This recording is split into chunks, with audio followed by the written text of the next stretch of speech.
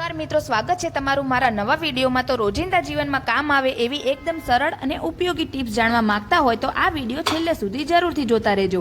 આજે હું તમારી સાથે એવી ટિપ્સ શેર કરવા જઈ રહી છું જે તમારો સમય પણ બચાવશે અને કામ સરળ બનાવી દેશે। તો ચાલો શરૂ કરીએ। ચોમાસાની સિઝન ચાલુ થાય એટલે મિત્રો જીવજંતુઓની શરૂઆત થઈ જાય। બધા અલગ અલગ જાતના જીવજંતુઓ તમારા ઘરમાં આવતા થઈ જાય। એટલે જીવજંતુઓ આવે એટલે બધી વસ્તુઓ આપણા ઘરમાં પડી હોય બધી બગડી જાય। ભેજના કારણે પણ વસ્તુઓ બગડી જાય। તો તમારે અડદની દાળ હોય, તુવેરની દાળ હોય, કોઈ પણ દાળ લઈ લો, 5 દાળમાંથી મગની દાળ, તો તમારે જો સ્ટોર કરવી હોય અને અંદર જીવાત ના પડવા દેવી હોય તો તમારે શું કરવાનું, આ રીતે લઈ લેવાનું મીઠું અને નાખી દેવાનું મીઠું, બીજું કશું જ કરવાનું નહીં મિત્રો। ડબલામાં આ રીતે ભરીને અને જે તમારે જે વાસણમાં ભરવાનું હોય એ વાસણમાં આ રીતે ભરી દેવાનું અને આ રીતે તમે અગાઉથી મીઠું નાખીને પછી મિક્સ કરીને પછી ડબ્બામાં ભરો તો પણ ચાલે।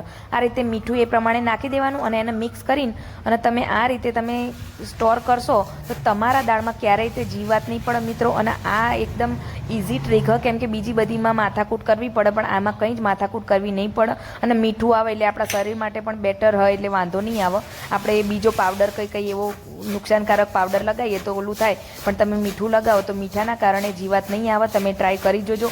આને 1 મહિનો નહીં 12 મહિના સુધી સ્ટોર કરશો ને મીઠું નાખીને તો પણ તમારી દાળને કશું જ થશે નહીં। અને આ એક અડદની દાળ માટે વાત નથી કરતી મિત્રો, આ દાળ મગની દાળ, તુવેરની દાળ, ગમે તે દાળમાં તમે આ રીતે મીઠું નાખી દેશો, ચોખામાં પણ મીઠું નાખશો તો પણ ચાલશે, સ્ટોર થઈ જશે। આ ટ્રીક જોરદાર હતી। જે આદુ મિત્રો શિયાળામાં એકદમ સસ્તું મળે એ આદુ ઉનાળામાં એનો ભાવ એકદમ વધી જાય અને ઉનાળામાં આપણે લેવા જઈએ તો એની ક્વોલિટી પણ સારી ના હોય।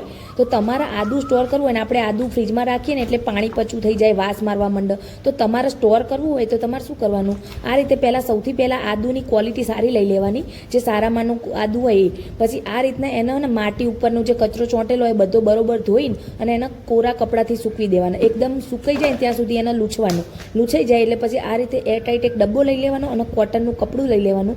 કોટનના કપડામાં તમારે જેટલું આદુ હોય એ બધું આદુ આ રીતે તમારે રાખી દેવાનું અને એના ઉપરથી આ રીતે કપડું ઢાંકીને અને એરટાઈટ ડબ્બો બંધ કરી દેવાનું।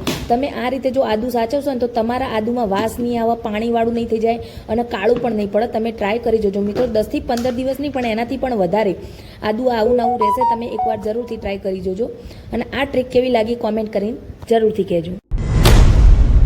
આ ટ્રીક પણ તમને 100% કામ લાગશે મિત્રો। આપણે બધા ઘરમાં મોસ્ટ ઓફલી ઘરમાં જબલામાં જ શાકભાજી ભરતા હોય, કોટનની થેલીમાં ભરતા હોય તો બેટર રહે, પણ એ ના હોય તો આપણે બધા મોસ્ટ ઓફલી ઘરમાં બધા જબલામાં જ શાકભાજી ભરતા હોય। હવે જબલામાં આપણે શાકભાજી ભરીએ પોલિથીન પ્લાસ્ટિકની થેલીમાં, એટલે આ રીતે ને પાણીવાળું શાક થઈ જાય, પાણી વળી જાય અંદર, એટલે પાણી પડે એટલે અંદર શાક બગડવાની તૈયારીઓ થઈ જાય, એટલે જલ્દી બગડી જાય શાકભાજી। કોઈ પણ શાકભાજી હોય, ભીંડા હોય, ગવાર હોય, તો તમારે શું કરવાનું, આ રીતે પોલિથીનમાં ભરવા હોય ને શાકભાજી તો આ રીતે પોલિથીનમાં ભરીને ફીટ ગાંઠ વાળી દેવાની અને સેફ્ટી પિન અથવા તો સોય વડે મેં તમને કીધું ને આ વિડીયોમાં બતાવ્યું એ પ્રમાણે તમારે ને થોડા કાણા પાડી દેવાના। કાણા પાડવાથી શું થશે, જે અંદર ભેજ થાય ને ભેજ નહીં થાય, એના કારણે પાણી નહીં વળે અને પાણી નહીં વળે એટલે શાકભાજી એકદમ મસ્ત રીતે સ્ટોર કરી શકશો તમે। 10 થી 15 દિવસ સુધી આ રીતે તમે સ્ટોર કરીને રાખશો ને તો તમારે ભેજ નહીં વળે, એના કારણે ભીંડા સુકાઈ નહીં થાય અને મસ્ત એકદમ ભીના નહીં થાય, પાણી વળશે નહીં અને સુકાય બહુ હાવ કોકડું નહીં વળી જાય। તમે આ ટ્રીક એકવાર જરૂરથી ટ્રાય કરજો, તમારા માટે ખૂબ જ ઉપયોગી લાગશે। ટ્રાય કરી જોજો મિત્રો, 100% કામ કરે।